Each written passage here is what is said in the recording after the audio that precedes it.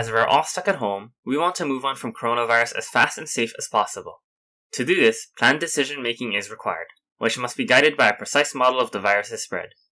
From UH Mineral's math department, such a model has been created. The model is based on a refined, discrete SEIR compartmentalized model that incorporates specific Hawaii features as well as estimating parameters based on actual data.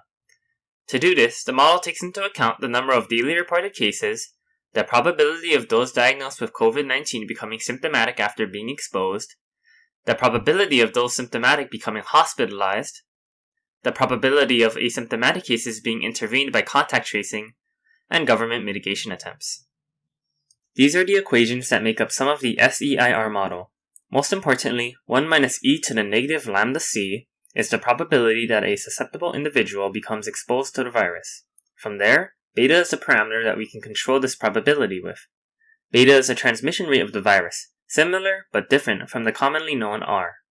In Oahu's past response to COVID-19, there are 3 main periods. One stage before any mitigations were ordered, another stage once a stay-at-home order was placed, and another stage once that order ended.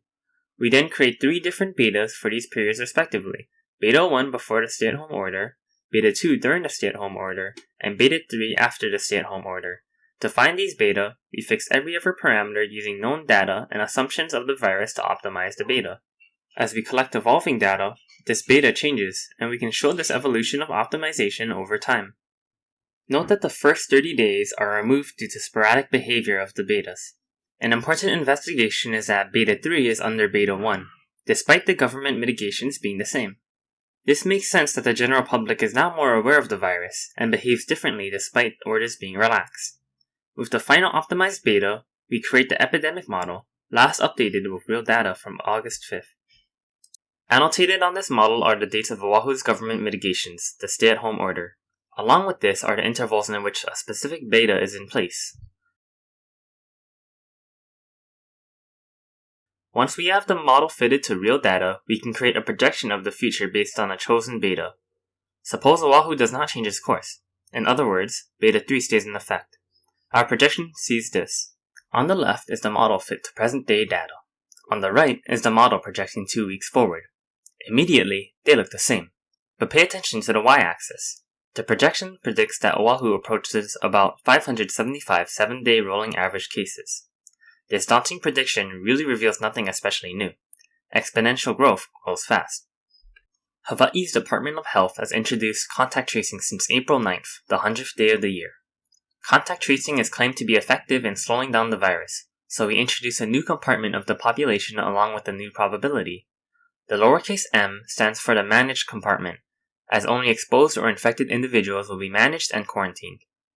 The probability Q will send asymptomatic people from the community compartment to the managed compartment, and this probability increases as the days go by, represented by the I for day of exposure. Because Oahu's contact tracing data is not yet public, we create an assumption that 20% of asymptomatic individuals are captured between their 3rd and 5th day of exposure. From this, a new 2-week projection is made, still last updated August 5th. On the left is the projection without contact tracing. On the right is the projection with contact tracing. Again, they look the same. This time, they are actually mostly the same, as the cases have barely been reduced. We may play with Q and try to increase it until we see the 2-week projection stabilize. Here, we vary Q from 20% to 30% to 40% and upwards to 100%. For some of these Q, notably between 0.3 and 0.6, the cases dip, then rise again. Importantly, cases dip and rise again, but with a smaller slope than initially. With effective contact tracing, the epidemic can be controlled. How can our contact tracing efforts become more effective? Given we isolate 20% of exposed individuals within 3 to 5 days, we can see our current position as a star. We would like to move towards the bottom left, capturing 100% of exposed individuals as soon as possible. We may either move left, decreasing the time between exposure and contact tracing, or move down, increasing the percent of exposed individuals we isolate, or both left and down, a combination of both responses. This gives us the option of picking the least expensive route and the most effective route, the optimal route. With all this information, a theoretical model of Oahu and its future is proposed. This theoretical model displays Oahu and future potential outbreak moments, such as the return of public school and university. To combat these outbreaks, we increase Q to capture more asymptomatic individuals. This delicate balance of contact tracing and potential outbreak hazards gives way to a long-term, sustainable path for Oahu to follow that leaves the island neither in a state of uncontrolled pandemic nor a state of vulnerability. We have already tried crushing the curve to no avail, only returning to the same condition. The key is using testing and tracing to control the epidemic so that we do not stay in a state of vulnerability while disallowing cases to grow exponentially out of hand. We may try to control this epidemic like gravity and friction act on a pendulum, disallowing it from reaching either extreme and pushing it back and forth, towards a solution with oscillatory decaying measures.